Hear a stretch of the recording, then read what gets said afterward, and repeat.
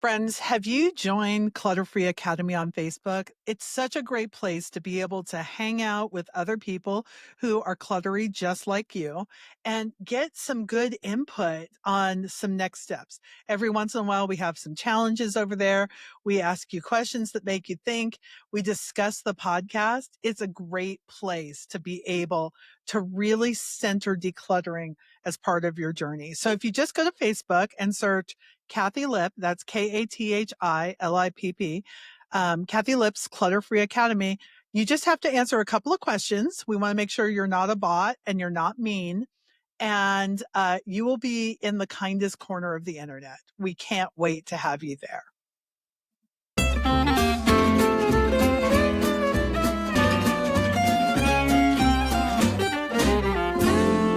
Well, hey friends, welcome to Clutter Free Academy, where our goal is to help you take small, doable steps to live every day with less clutter and more life. And here is one of my favorite things that we do each month. Every month we have listener questions, and every month we have Grace Church, who is the leader over at Clutter Free for Life, our paid group, to help me answer those questions. Grace, welcome back to the podcast. Thank you for having me, Kathi. Honored as always. Okay, so I always have a main question and some rabbit trails that we need to go down. So let me give you the main question. This is from Jenna. And what she asks is, I have items like mattresses, kitchen supplies, and linens that I'm holding on to because my adult kids might need them when they move out. I don't need any of it right now. It's just taking up space, but it feels wasteful to get rid of things that could be useful. How do I decide to decide what to keep and what to let go? Uh, I feel like this is a question that we get often in the big free group where we have about 16,000 people. And then we have a paid group of around 350 people. And what do you hang on to and what do you let go, especially if it's useful? Uh, and I would just say, this is a very common and sneaky form of keeping things. It doesn't feel like clutter because it feels like wisdom or it feels like generosity. Uh, but I think the trap we fall into, and Grace, tell me if there are other traps I'm missing. We're making decisions based on a future that may never happen for a person who hasn't asked you to keep anything. Um, so it depends on how old your kids are. Can you have that conversation? I don't know. What am I missing anything here, Grace? I would only add, you've said it 1,000 times, cluttery people are the kindest people in the world. We It's want so to be true. ready to help somebody. So we keep Yeah. stuff out of preparedness. And I think that's an often overlooked angle of why we keep things, because we want to be prepared. We want to be the person who says, I have a 2-inch by 4-inch block of wood that would be perfect for that, and be able to go find it. Yeah. There's a YouTube, there's a meme or a video that goes around about that. Like, I have the perfect item, and we want to be able to fill that. Yeah. Yeah. I love that video, and you guys will link it in here. It's like, I need this specific block of wood, these dimensions, and the cluttery person has it, and it's the best day of their life. Even though they've kept 10,000 things and only one thing has ever been useful, you're the hero, right? And so, but I understand what Jenna is trying to do here, because let's be clear, mattresses are expensive. Kitchen items are expensive. Linens are expensive. And so I think it is good to say, hey, we can keep a specific amount. And it also depends on how much room you have. If clutter is a real issue for you, but you're keeping 3 mattresses, that can be can be a real detriment to your living space. And I think us cluttery people can be resentful if that person decides not to take it. Like, Yes. well, I don't really want Snoopy sheets. Now, why anybody wouldn't want Snoopy sheets, I have no idea. But, oh, I don't really need a rice cooker. I don't eat rice. So I feel like sometimes we're pinning our hopes on somebody taking that stuff. And depending on how many years you're keeping it, that can be really tough. What do you hear from Clutter Free for Life members about holding on to things for kids? Oh, I have so many thoughts. The first, I know that like my brain has gone just in three specific directions. First of all, if you're, one of the things is the cost of storing them. We also often Mhm. think of the replacement cost. Well, a mattress is expensive. The cost of storing a mattress is expensive. Is Yeah. that money better invested in even just keeping it aside to buy that person when your kid moves out, buy them a new Mhm. mattress set? Right. Because as someone who had storage, a garage size storage unit for 10 years, I added it up. When I closed that storage unit, I did the painful Mm, math of adding it up yeah. and realizing how much I paid for that storage over time. Storage is expensive. And if it's in your own house, your square footage has a value too. Find out what the square footage is for the area you live in and consider what it's costing you to take Yeah. up that space. So that's the first thing. The second thing is stored stuff. Sometimes we've had this happen a couple times in the group where stored Mm. stuff did not store well. And you Right. store it all these years and you Mhm. pull it out. This happened with a beloved sweater. I remember it. It hurt me. They saved the Huh. sweater of the person. It was like grandpa's sweater or somebody's sweater, and they Mhm. saved it and they went to get it. It happens with crafting supplies too, especially yarn. They went to Yeah. get it and it was deteriorated to the point where it was unusable. And now you're piling grief and regret and a Yeah. little cherry top of self-loathing on top of there. Right. Yeah. And Yeah. we don't have to do that. We live in an economy, thankfully. We can replace things pretty easily and quickly.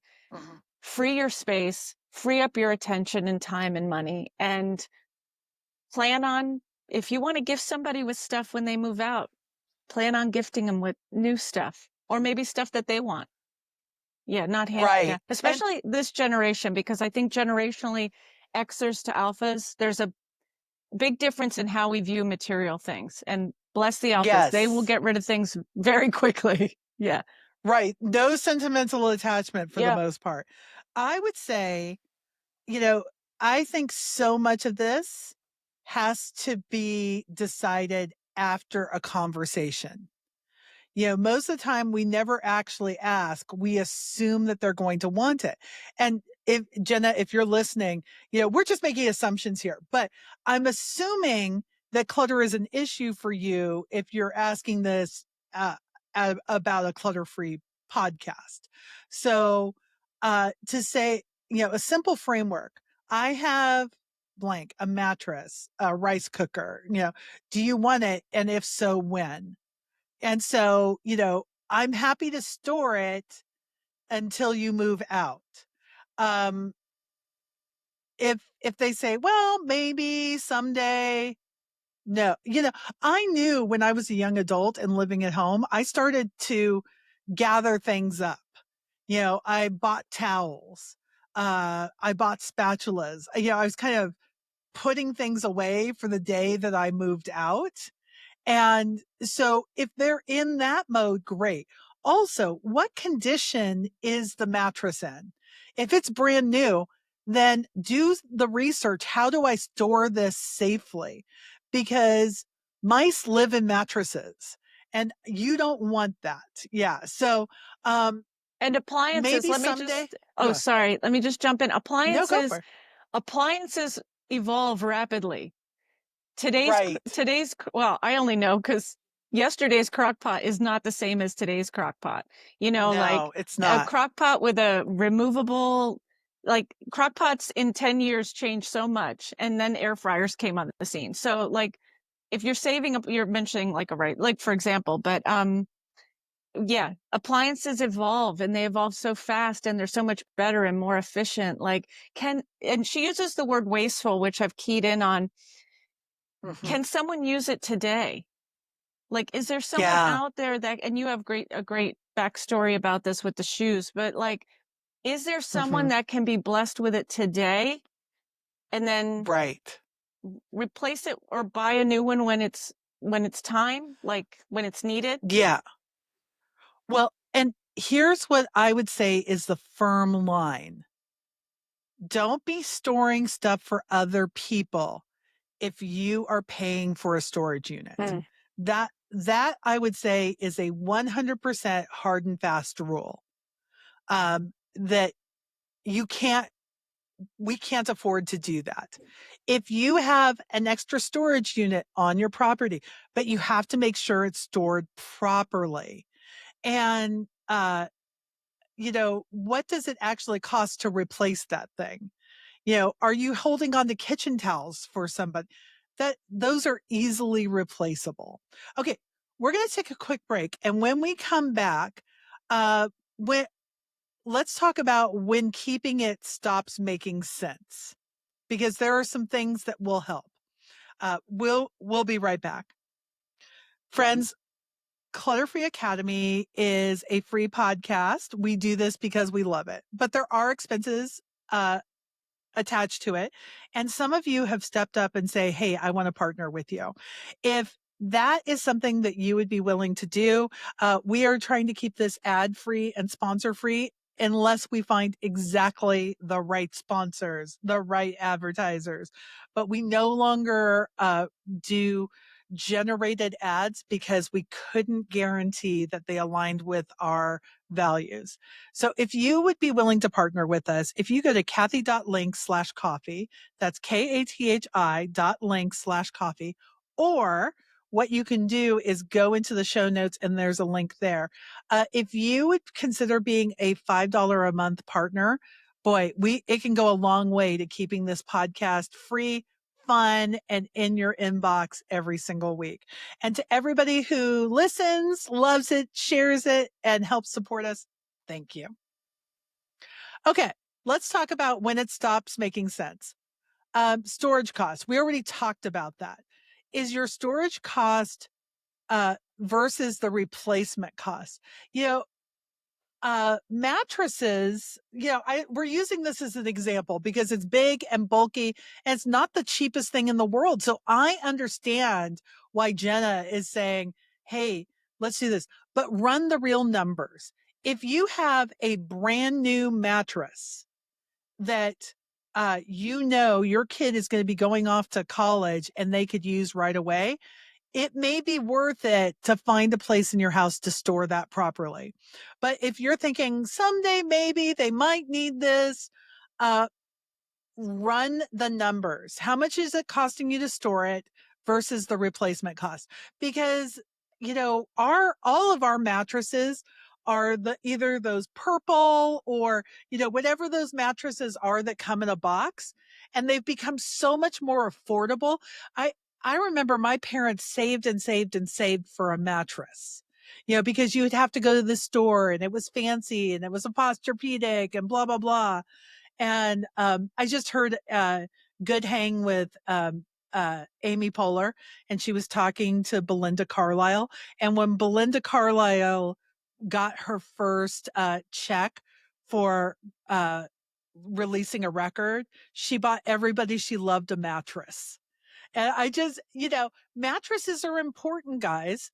Uh, but run the real numbers, because good mattresses have come down in price as technology has caught up. The good condition trap. Just because something is still good doesn't mean it's your job to store it indefinitely. And it may not be your job to find it a new home. It may be Goodwill's job. Um, Grace, I think if you can replace it for under $50 and it's taking up real space, just automatically let it go. How do you feel about that rule of thumb? And maybe you come up with your own number depending on your own financial situation. Yeah. Yeah, I think for me, I've heard 20, I've heard 50, I've heard 100. I think these numbers, depending on where someone is at in their life, are going to hit different, right? Um, Yeah.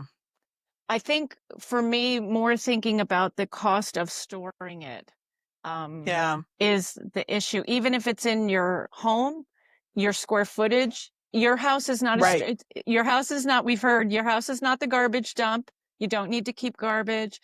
There's a place for that. And your house isn't a storage unit necessarily. It may have storage spaces, but it's not a storage unit. Right. And I'm guilty of this myself. I have square footage under my stairs that I use for storage.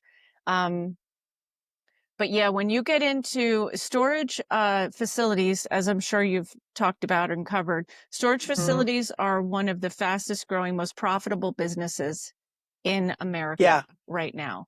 And they're making money off of Yeah. delayed Indecisions. our Yeah. delayed or indecisions or yeah. Yeah. So take the money and invest it in the storage company rather than buy the storage. Right. Go buy Yeah. stock. Yes. Don't pay for a unit, buy stock. It's and guys, storage units have their place. When we moved from our place in San Jose to the mountains, we had to make some decisions quickly and we used a storage unit. But Roger and I gave ourselves a 3-month deadline and we asked our kids, hey, can you come? And it ended up being such a great day because it was the pandemic. So we were able to see our kids outside and, we were able to do it safely and we moved stuff out of there, but we gave ourselves a 3-month budget. It's a temporary thing, not a permanent solution. And almost nobody goes into a storage unit situation thinking this is going to be for 10 years.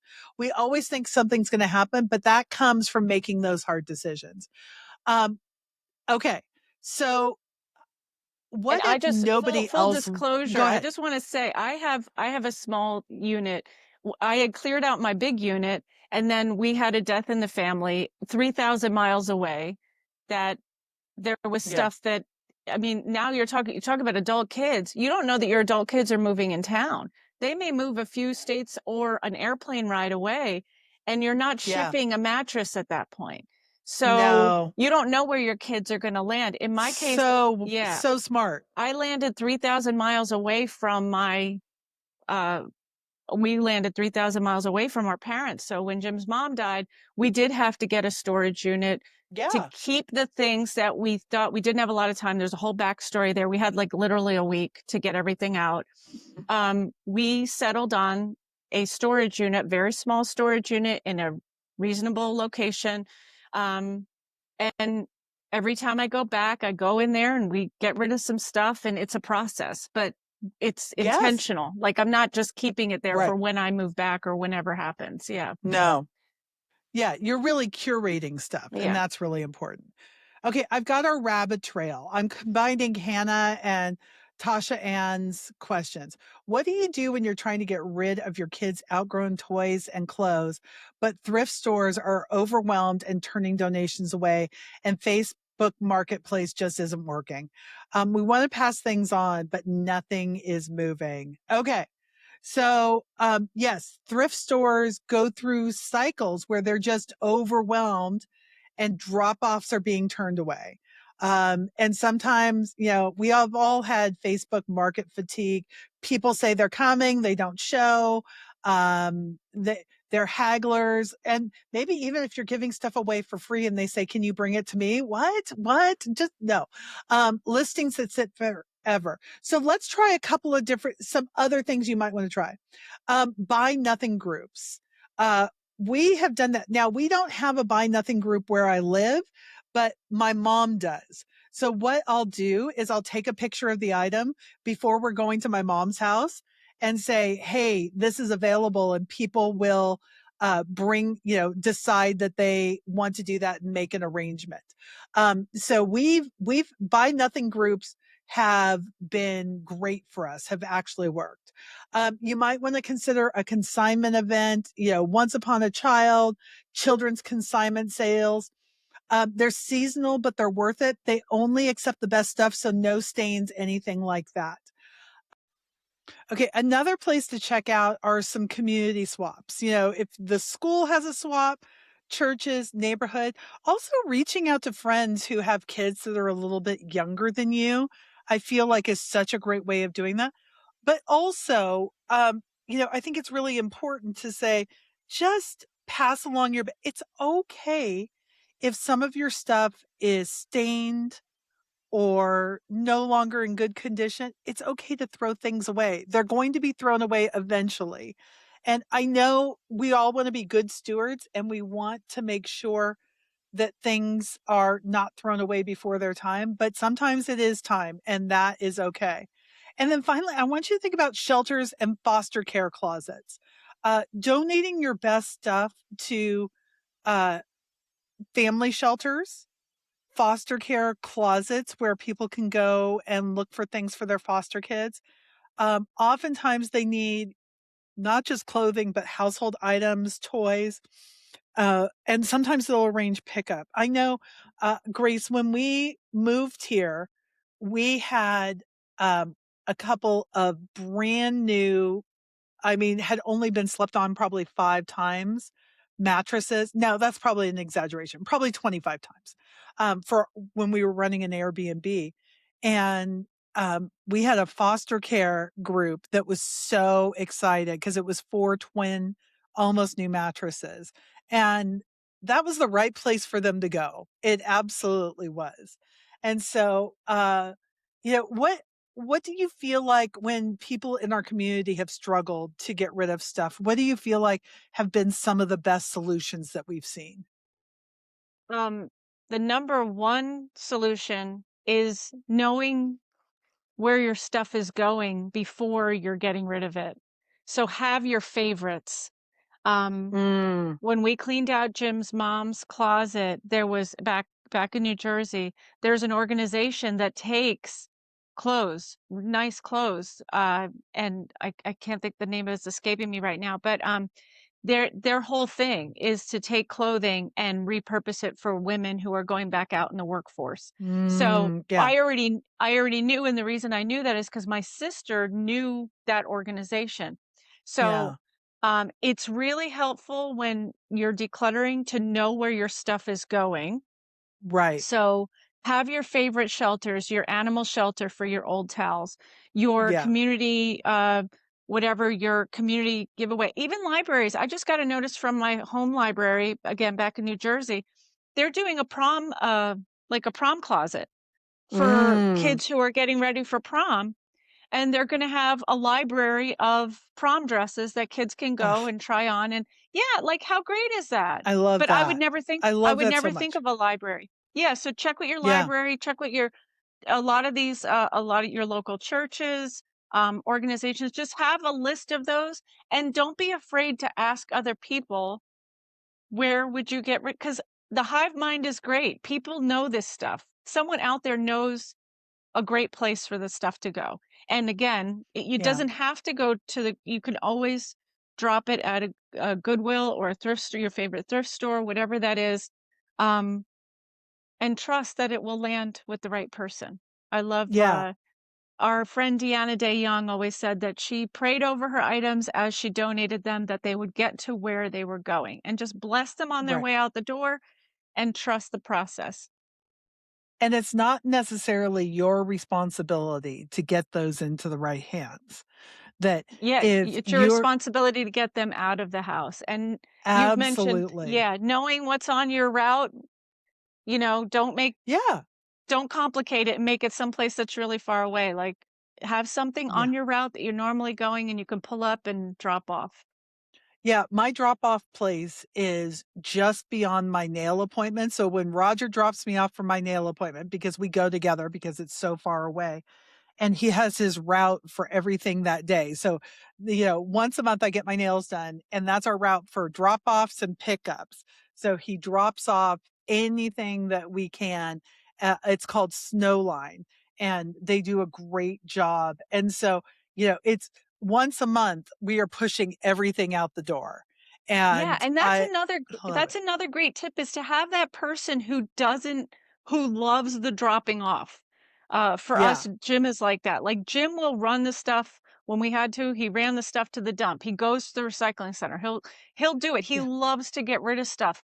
And let that yeah, person get rid of the things. Yeah. And yes. s- you know, yeah. It play to your strengths. If you have more than one person living in the house, play to your strengths. Yeah. This has been such a great episode. Guys, if you need that extra encouragement, we have our free group, Clutter Free Academy. All you have to do is search for it on Facebook, Kathi Lipp's Clutter Free Academy. You answer a few questions, we let you in. If you need more targeted help, that's what Clutter Free for Life was designed for. And if you have any questions, feel free to ask us, but we'll put the link in there so that you can check it out. Grace, thanks so much. This is such practical, hard-won wisdom. I appreciate you so My much. pleasure, my pleasure. Friends, thank you for being here. You've listened to Clutter Free Academy. I'm Kathi Lipp. Now, go live the clutter-free life you've always wanted to live.